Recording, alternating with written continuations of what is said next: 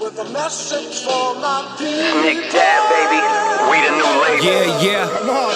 Yeah. Come on, son. Now this the black sheep sticking its home. I need a crib like I'm Gatsby. I need it. In hand, just understand my Pockets that deep. with nothing to prove. I ain't got nothing to do. When they can't compete and I got nothing to lose.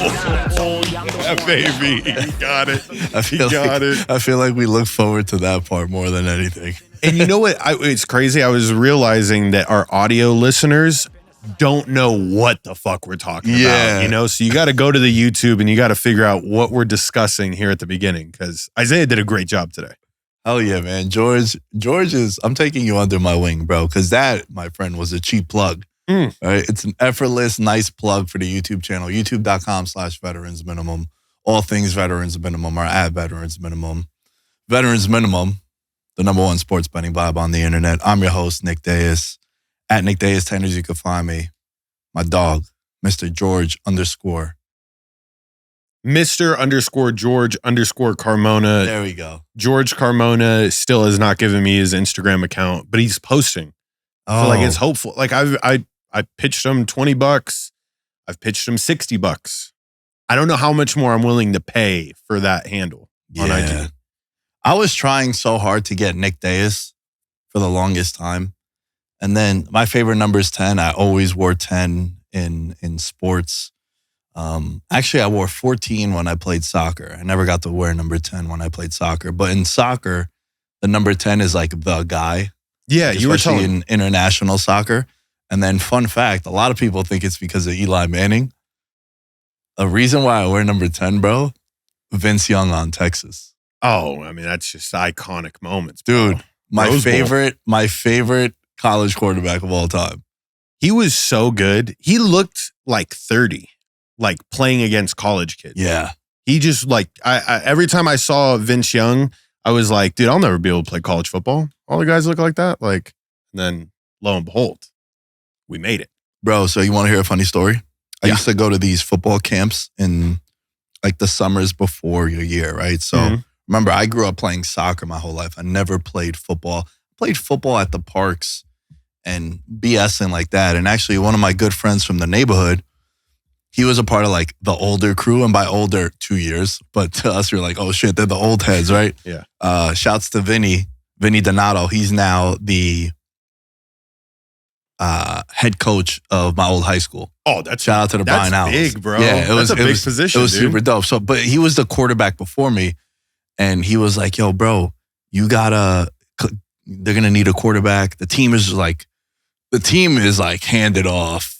This is like the best team they've ever had. All you gotta do is kind of just like game manager it up, right?" And I had never played football before. I just was playing at the parks and shit like that. And you know, I came out for the team. I played well. Spring ball, I was doing well, all the practices. And like going into my junior year, I was like named the starter. So I went to Syracuse football camp. Okay. Go to Syracuse. In the dome? You were in the dome? Yeah. They took us to the dome. It was dope. And it was like 4 days over there. And it was awesome, right? And I went with Justin, our running back. Shouts to Justin. And we go to the camp, and we're doing 7-on-7. And you're playing kids from like the Northeast. Your Buffaloes, Albany's, Pennsylvania, Pittsburgh. They're all going up there. Immediately, bro,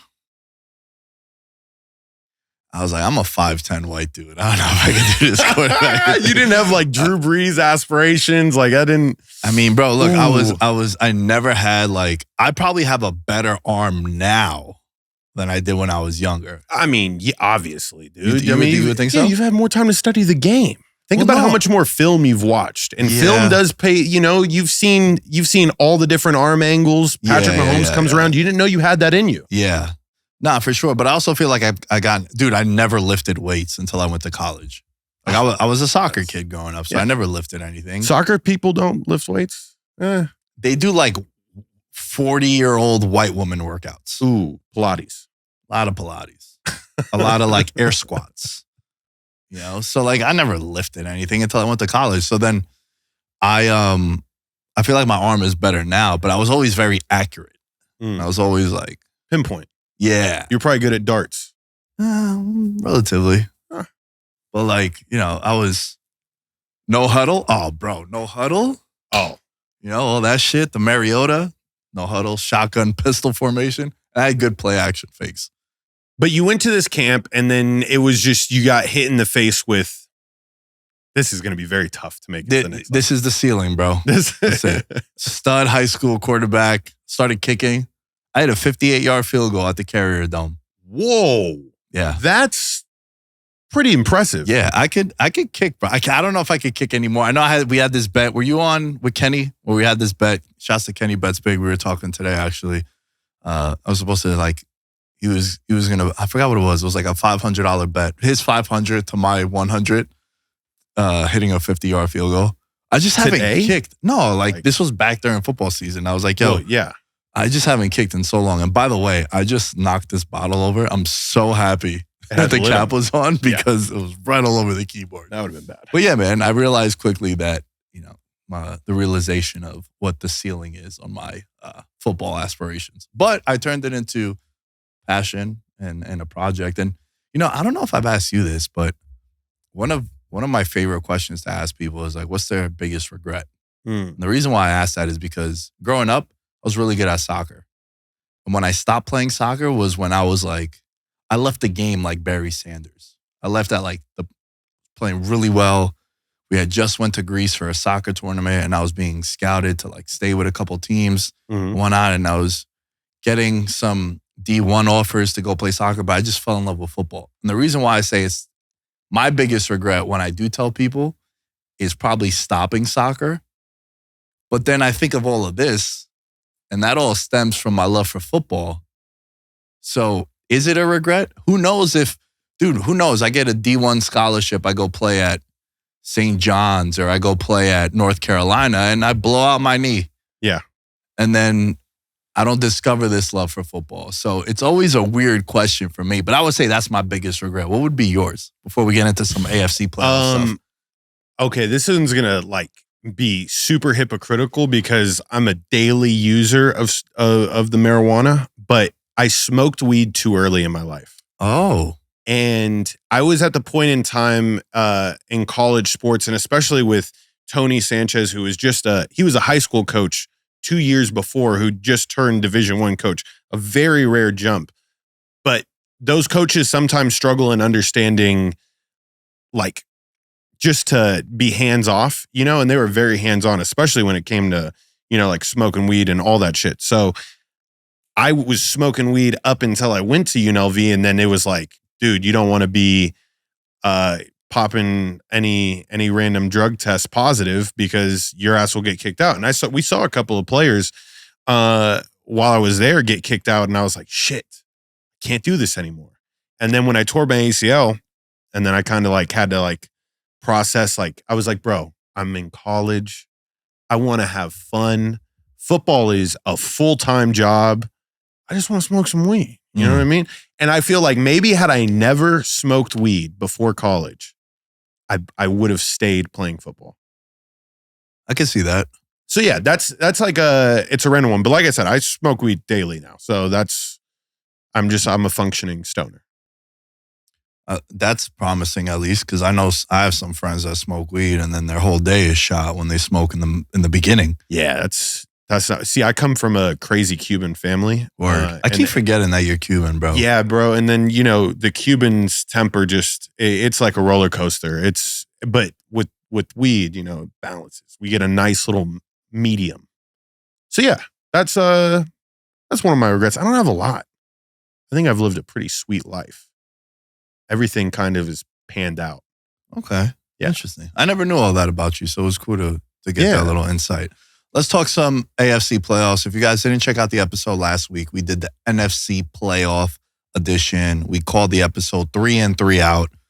For those that didn't listen, please go and listen. That'd be great, number one. But number two, let's just reiterate, George, what we're doing with this. So since the NFL went to 7 playoff teams in each conference, on average, there's been 6 new playoff teams the following year that obviously didn't make the playoffs the year before.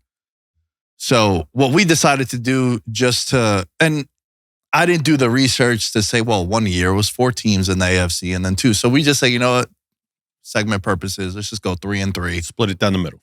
So last year's AFC playoff teams, the Steelers, the Ravens, the Browns, 3 AFC North teams.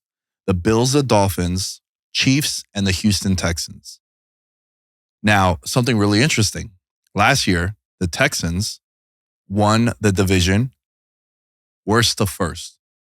In the last 3 seasons, since 2020, it's happened 3 times. And the odds have been 10-1 or higher.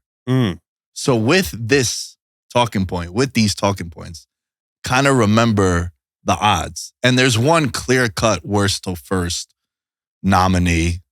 They fit the mold, even though they're the second favorite now in the division. We'll get to them in a little bit. But 10-1 odds are higher. Only 12 teams since 2002, that's when they redid the divisions, have won the division title. But since 2020, it's happened 3 times. Last year's Texans, the 2021 Bengals. Remember, that team went to the Super Bowl, bro. Joey B. But the year before, Burrow got hurt, and no one knew that Jamar Chase was going to come in and right away be a top 5 receiver. And then Washington in 2020, they were 22-1. That was the Taylor Heineke year? Yeah.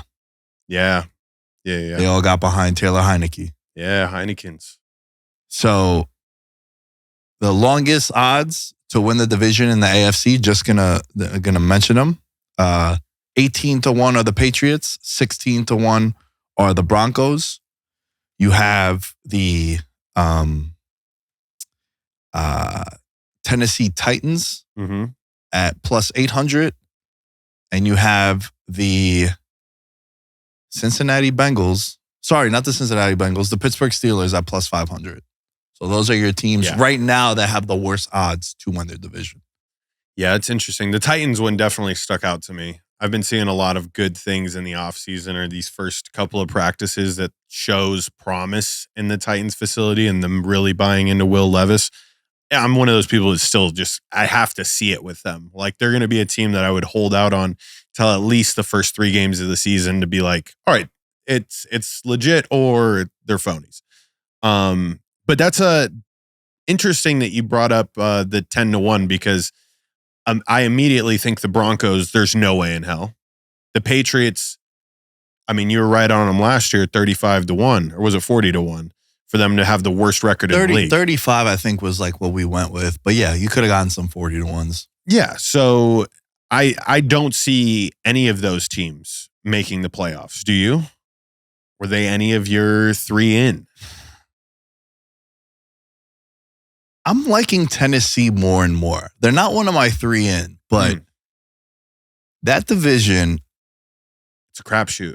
And also the hype for the Texans. And I like CJ Stroud. I like the year 2 leave for the quarterback. I like what they did. But like, dude, what Tennessee did also is very impressive. They get Calvin Ridley. They get Tyler Boyd. They already have a really good front on defense. Their secondary, they got Snead from the Chiefs.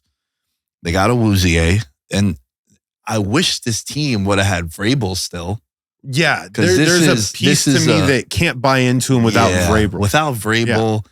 And they did a complete rebuild without Tannehill, without no Derrick Henry. They got rid of some other pieces. But then it was just one of those things where, dude, I can't believe Vrabel's not a coach right now. Like, Vrabel would have been such a badass coach for so many teams, bro. Oh, yeah. To just step in and just like, he would have been perfect for the Patriots.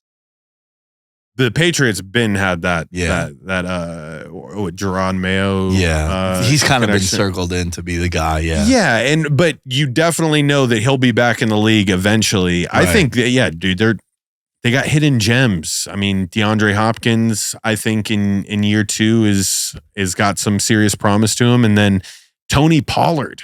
Yeah. Like, that's a legitimate backup who's coming off of a season in which he underperformed. And typically when that happens in my eyes with running backs, they come back with a vengeance. Y'all must have forgot that I was the best running back the entire time Zeke was with me in Dallas. And I will do that again here. I was spearheading that campaign back in 2019. that the better running back is Tony Pollard. And then, but look, he did get the reins last year, and he was kind of, maybe he is a guy that is only 10 to 12 touches a game as opposed to 20. Yeah. I think it was also like the spotlight was bright. You know what I mean? That's fair. That's definitely fair. I think the spotlight. So can I give you one of my first outs? Sure, yeah. I was going to say, is Tennessee one of your teams in? Or no, Tennessee is not one of my teams in. I'm glad that you mentioned them too, because I was pretty interested in the Titans and still will be. I want to see how the summer plays out. I got the Texans on the outs. Whoa, okay. This year. Sophomore slump is a real thing. And I think that what the Texans were really, really good at last year was passes 15 yards and beyond to Tank Dell, Nico Collins. They were a powerhouse, electric. And they've done nothing more than continuing to add to this. The AFC, and you can probably attest to this too, it was tough for me to choose 3 teams to be out.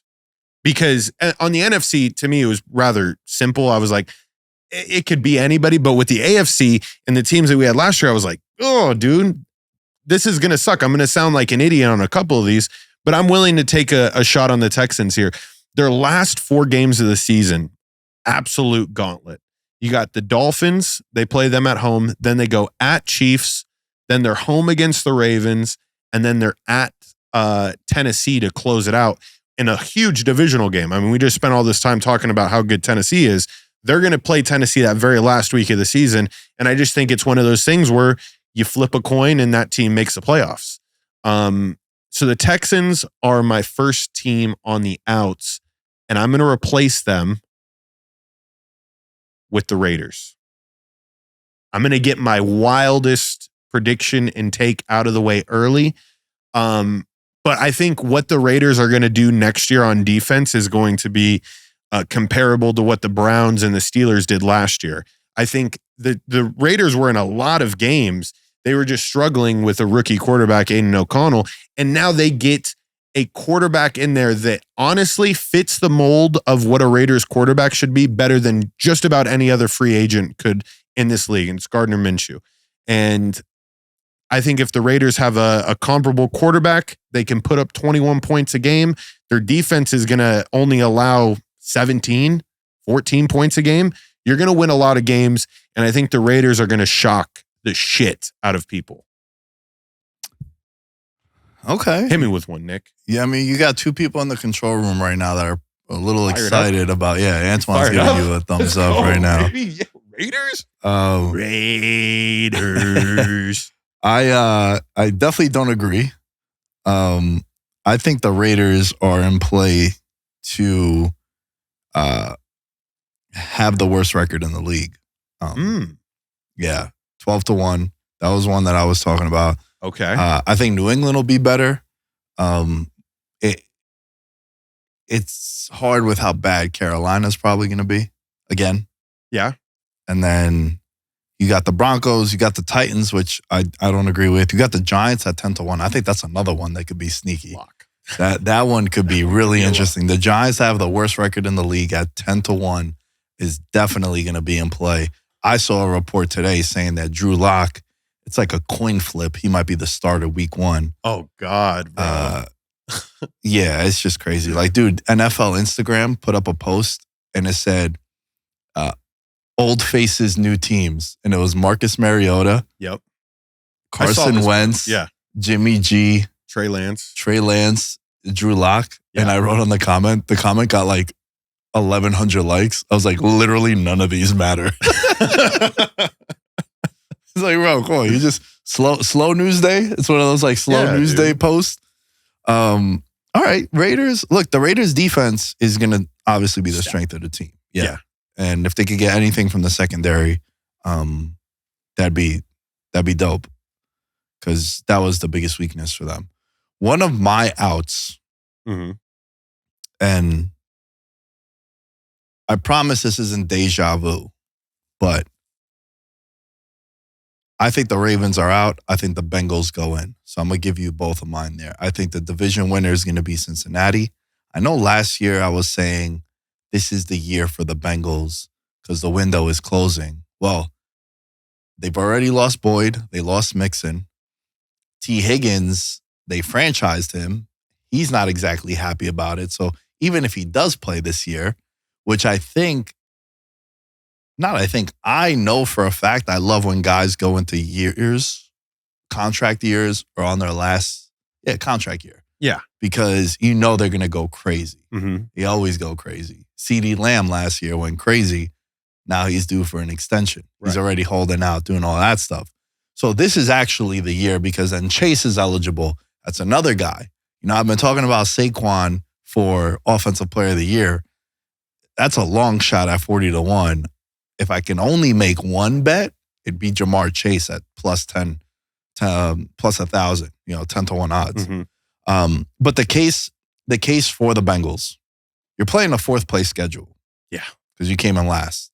This kind of reminds me also of the year that the Cowboys drafted Zeke because Tony Romo got hurt the year before. Mm-hmm. Remember, Romo got hurt and then Dak came in and took his job. But at the time, the Bengals were not a bad team going into last year. Like, dude, they were one of the 5 favorites to win the Super Bowl. They're one of the 5 favorites to win the Super Bowl again this year. We've said that 10 of the last 11 Super Bowl winners have been a top 5 favorite. Right. So they finished last year. I think they are definitely in play at plus 1,200 to have the best record in the league, even though that division is super tough. But I think the difference in playing 1st place schedule to a 4th place schedule is massive.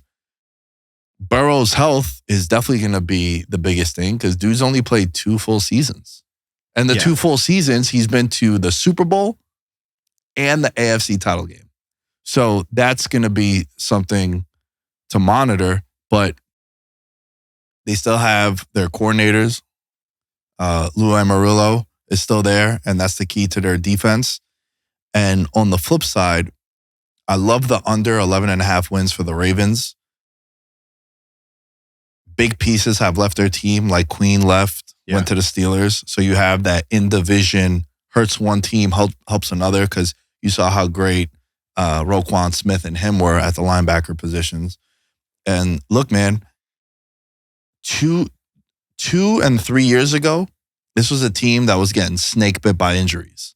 Like they had the worst injury luck in the league. Last year, they benefited from injury luck being in their favor. And then also that division got decimated by injuries. That's exactly what I was about to bring up. It's a complete different division if everybody's healthy. And without a doubt. you don't get those defensive stats that will literally never be replicated. Like the things that the Browns were doing last year, as far as like 7 weeks in the season, only allowing the fewest amount of yards ever in NFL history. It's like that only happens because of some injury luck.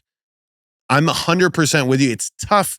It's tough to think that the Ravens could make that steep of a drop off. Because I played it out in my head too. I'm like, are the Ravens on the out on this? And this is why I chose the Steelers as one of my outs. And I'll give you my reasons after. But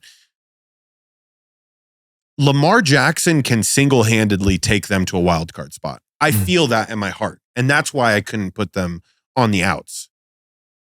No, I agree with you. And look, if you have an elite quarterback, you got to just pencil him in for 10 wins. And the infrastructure with him and Harbaugh, that's been their floor has been like 10 wins. Mm-hmm. With Burrow, though, right? Listen to this. 2020, rookie year, plays 10 games, they go 2-7-1. Then they benefit from having a top 5 pick. That's why they went from worst to the Super Bowl. Yeah. Right? The year after, plays 16 games, they go 10-6. They go to the Super Bowl. The year after that, he plays 16 games, they go 12-4. Last year, he plays 10 games, they go 5-5. Yeah. So dude's only played 2 full seasons, and the 2 full seasons he's played, he's been a legitimate MVP candidate. Hell, I would say he's the closest thing to Pat Mahomes, not talent-wise, but in the sense of, like, bro, I think we're on the same level. I might be better than you, and I've beaten you many times. Like, not a lot of guys could say that. Agreed. I was only him and Brady have beaten Mahomes in the playoffs.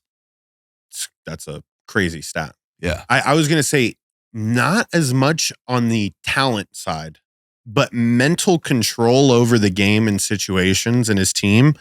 I don't think there's another quarterback in the league that I feel more confident in a 2-minute drill. Like it's him and Pat Mahomes. So do you remember what I said when we were filming during the football season after the Bills lost to the Chiefs? I brought up Burrow and the Bengals because there was the play when it's like 2nd down and 9 and Allen goes for the home run ball to Shakir in the end zone, who he was open, but Allen just like one-hopped it to him. Mm-hmm. But Stephon Diggs is coming underneath on a drag and he's wide open. Burrow makes that play all the time because Burrow is methodical and he'll take what the defense gives him. Correct. And that play right there was the difference why the Bengals have had success against the Chiefs, whereas other teams haven't. And it's literally a play like that. Mm-hmm. And now look, you could say the other thing where like, yo, Allen threw a ball 300 yards. Joe Burrow can never do that. No, but he threw it right to Diggs and he dropped it, which is like the lasting memory of Diggs with the Bills. But to me, I think Burrow is the only guy that he's not Mahomes. Because in my rankings, it's Mahomes. And then like a large tier is missing because we're just going to put you there by yourself. And then the next guy that leads that tier is Burrow. And he's in there with the Allens and all the other guys that you want to group him with. But to me, it's Bengals for Ravens. I just think that one team benefited from the other team getting hurt. Mm-hmm. And if Burrow just plays, you've seen they've been to a Super Bowl and a conference championship game when he's healthy. I'm with you 100% on the Bengals. I got the Bengals in for all the reasons you listed, and I am going to take out the Browns. So I think the Browns last year, obviously, you get Joe Flacco to praise the city of Cleveland by dragging what was the best defense in the league all year, out of the depths of hell and saying, hey, guys, we could actually do this. He's not there. They have made little to no major offseason acquisitions that makes people go oh, wow. Their biggest acquisition arguably could be Jameis Winston. And even then, I'm propping up Jameis Winston because I have been. But now that he's not a part of the Saints, fuck Jameis. You know what I mean? He's an average quarterback. We're talking C- or lower. So last year you were ready to give him the franchise. He would have led the Saints to an NFC championship game last year. Okay. But now that he's think about this. Jameis Winston's played Florida State, beautiful weather. New Orleans, beautiful weather. He's going up, bro. He's not ready for the time. Show me Jameis Winston. Show me Jameis Winston in some snow. Yeah. It ain't happening. All right. And that's what's he's not going to be their starting quarterback at the beginning, at least, until Deshaun Watson, he's injury bitten too. But offenses are way better in the AFC North. I don't think their defense is going to do exactly what they did last year. And they took advantage of an easy schedule last year. So to be honest, the last thing that the Browns will struggle with, I put on their schedule notes. They play the Cowboys first at home, and then they play at the Jaguars, which the Jaguars are a team that we haven't mentioned yet. I do like a lot of the acquisitions that they made in the offseason. They really have built up that offensive line. That was like a really crappy setup that Trevor Lawrence had to deal with last year.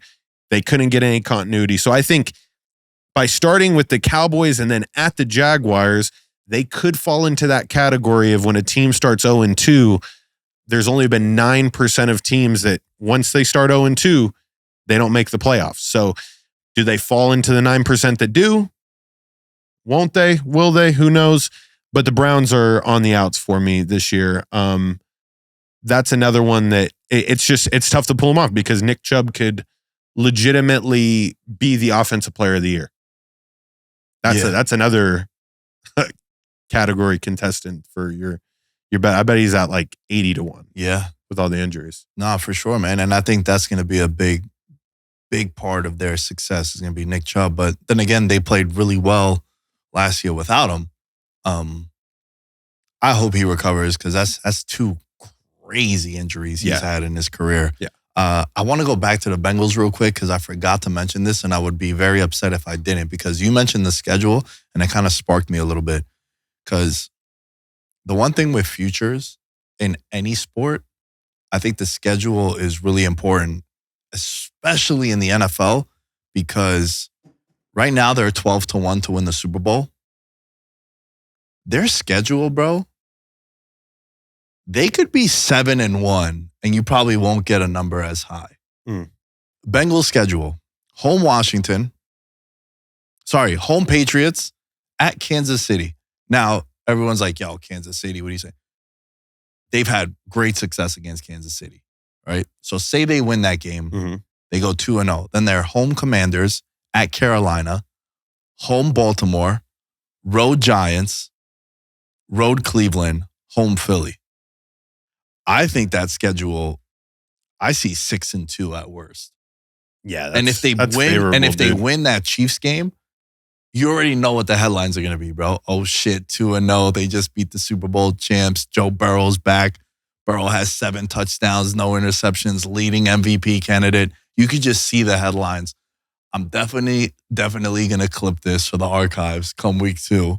And I'm going to do one of these like, yo, insert the clip right here. Yeah, a little and then we're going to put the clip. Black and white filter so the people know, hey, this shit was a long time ago. Back in May, bro. Come on now. After Memorial Day. But I think that's really important. And to your point about the Browns schedule, where, you know, maybe if you do like the Browns, or perfect example, I'll give you a perfect example.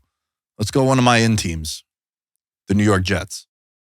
Same. We had 2 of the same in teams. Bengals and Jets. Jets in for the Bills. I think the Jets at plus 225, plus 250 in some places to win the division, I think is one of my favorite division bets. I really like the Jets. I can't believe I'm saying that, but I really like the Jets a lot this year because everybody liked them last year and everyone got snake bit. Now no one likes the Jets, which is sports betting 101. When everyone zigs, you zag. When everyone zags, you zig. Now, here's the thing, right? Jets are 30-1 to win the Super Bowl. However, even though the schedule is kind of favorable in the sense of the opponent, they're opening up the year 3 games in 10 days. This doesn't happen often, NFL schedule making. That's pretty messed up. And they open on the road against the Niners, then on the road against the Titans, and then they play Thursday Night Football at home opener against the Patriots. Now, obviously, they'll probably be a touchdown favorite over the Pats. They'll probably be a favorite on the road against Tennessee. Going to open up as a dog week 1 against the Niners. However, that stretch right there, that could be a 1-2 stretch because of, that's a lot. That's 3 games in 10 days. Yeah. And then they have a 10-day break after that. People were saying this is because Aaron Rodgers, for the NFL conspiracy theorists, they're sick and tired of all the Aaron Rodgers leading headlines, and it's in a way hurting like the transition to the new era. So they were like, yeah, let's do everything in our power to make the Jets not relevant. And how do you make them not relevant? You give them a very tough schedule with the possibility of starting off, 1-2. And then, dude, after that, right? So after that Thursday Night Football game, they're home against the Broncos, which could be Zach Wilson revenge. That'll be interesting. But then they go international and they play the Vikings. That's one of the international games this year, October 6th. They play in England. By the way, I don't think I asked you this. International series. We have 5 games. Packers, Eagles, and Brazil. Jets, Vikings, Jaguars, Bears, Pats, Jaguars in London. And then you have Giants, Panthers in Germany, which, what did we do to German fans to give them that shit all of the game? Yeah, we're giving them the Giants and the Panthers, who that game is November 10. George, over under a combined 5.5 wins for both those teams when they go to Germany. Under, obviously. So, NFL, we want to expand our horizons and go international, and we're going to give you the Giants and the Panthers. Amazing. How do you feel about the international games? Do you like them? I do like them because the fans bring a different sort of energy. I've always wanted to go to a soccer game internationally to be able to see like the 100,000 people jumping up and down and almost breaking the bleachers. They don't necessarily do that for the NFL games, but I do feel like it's a little more rowdy. But I mean, how could you not be fired up for Brazil? I think, do Brazilians even know what football is? I mean, apparently there's a big demand for it. That's bro, why they put there it. One Brazilian football player? Oh, that's a great question. Brazilian NFL. But like, also like the colors that they picked, I don't know if that went into it, but Eagles wear green. Packers are basically the Brazilian flag. Cairo Santos, Brazilian kicker. Oh, He was the first one. wow. But they're trying to expand, and I think that's going to be dope. It's a Friday game. It's the day after the season opener. Nice. So you get Ravens. You get back-to-back banger games, bro. You get the Ravens and the Chiefs, and then you get Packers, and the Eagles. I don't mind starting off the season with it. Yeah. I like that better than so that would be my take on this. Every international game, there should be the games in London, the game in Munich, and they said in 2025 they're going to have a game in Madrid. Start the season off there, and let's go like football Wednesday, Thursday, Friday, Saturday, Sunday. Well, this year, every day but Tuesday is going to have an NFL game. Really? Yeah, because it's Black Friday. You have Black Friday. You have this Packers game. You have the Saturday games towards the tail end of the season. Christmas is on a Wednesday. They have 3 Christmas games. Mm-hmm. However, what they did, which was really interesting, and I liked the week before. Mm-hmm. So the Christmas games, right? Those teams have the same amount of rest to Makes play sense. Wednesday. I believe they're playing on Saturday. Nice. So like the Bengals, Texans, Ravens, and Chiefs are like playing each other before they play. That makes sense. They obviously took into account rest with every team except for the Jets. So that's just what the NFL does. But we think they're on the in. You know what I mean? Even though it's a tough start for the Jets, I think the Jets are on a one-way track to, becoming a Super Bowl favorite. I'll make that prediction. I think the Jets will be a Super Bowl favorite at some point in time in the season.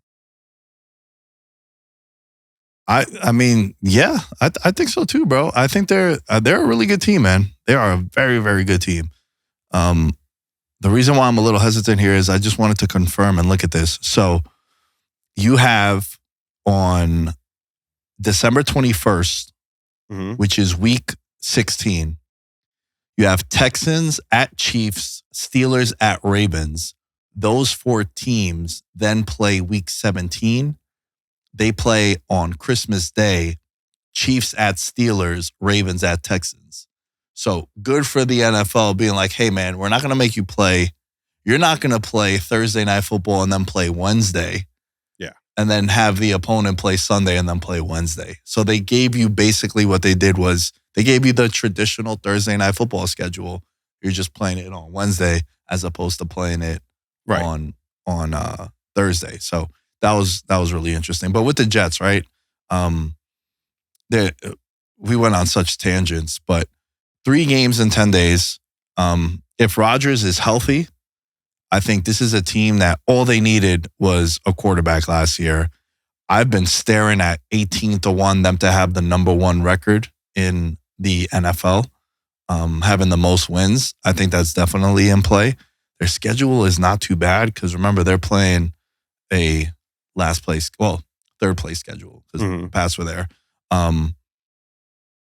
They have a lot of question marks, but I think the upside is Super Bowl, dude. I can't believe I'm saying this. My biggest hesitation, I don't like Robert Saleh and I don't like Hackett in positions of power. Yeah. I mean, but here, to ease your mind on it, the whole Hackett situation is Aaron Rodgers is the coach. Word. And that's his boy. So yeah. Aaron Rodgers is the coach. It's a LeBron situation. Yeah.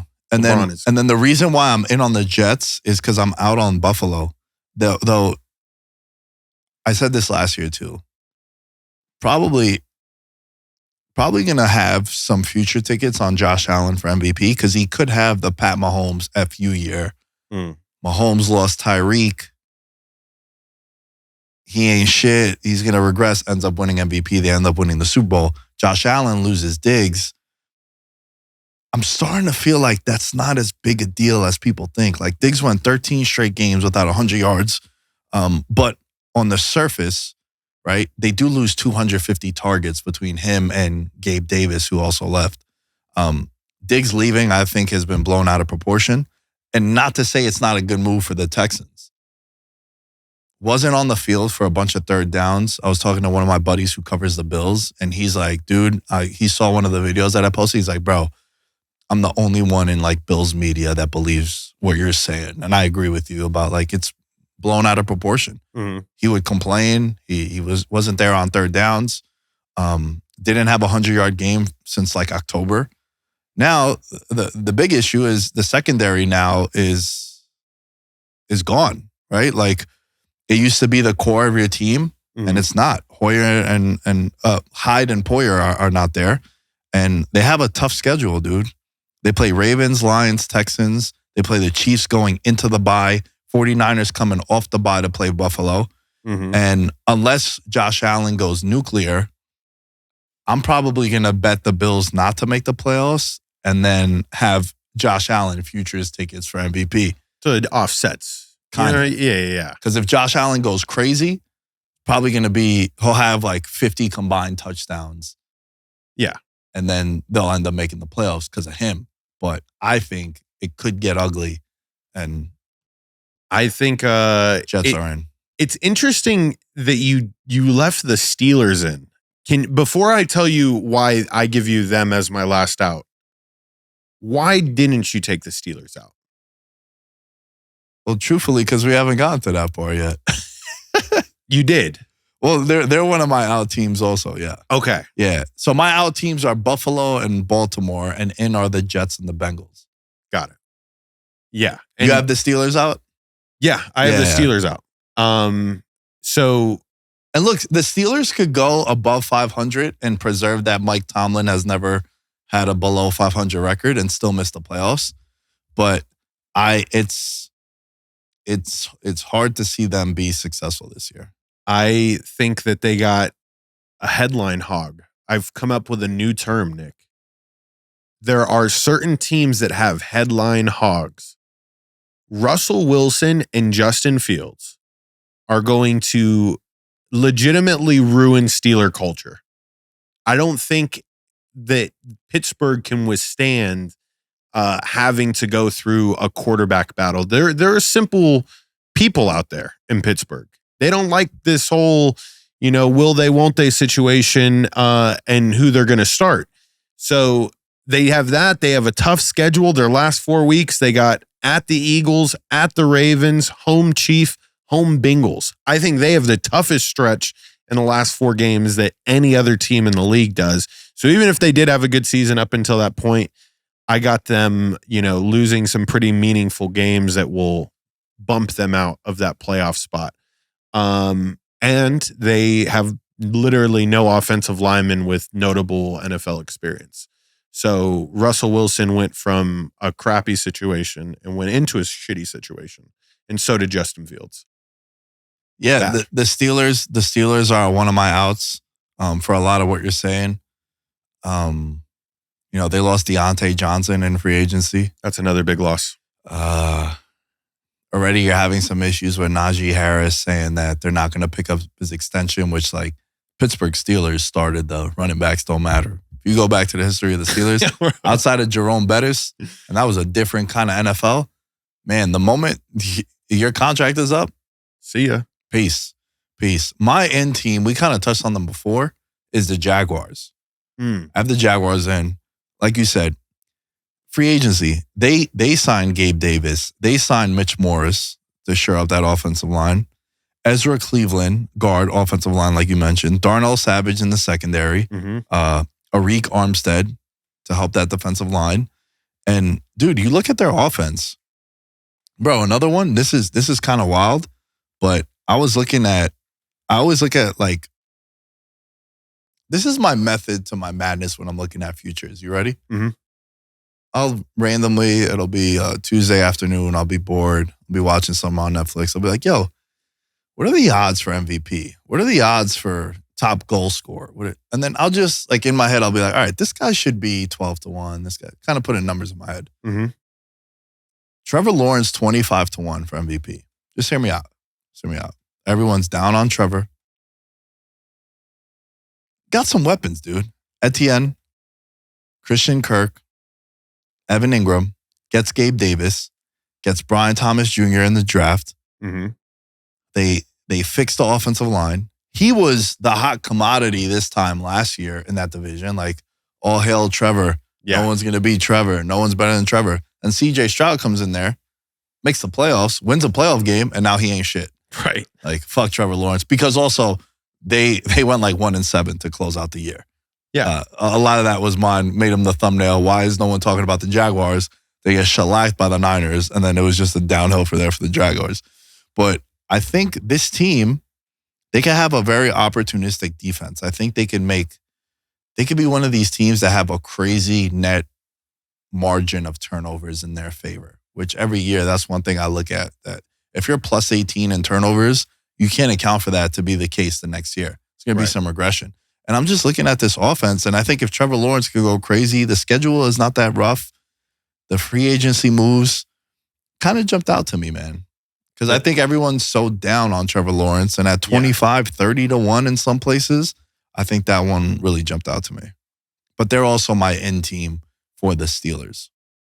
As long as they got Doug Peterson too, there's like the Super Bowl caliber of NFL coach definitely matters. And I think last year they wanted so badly to prove us right, because we saw it last year. Don't beat yourself up on the thumbnail.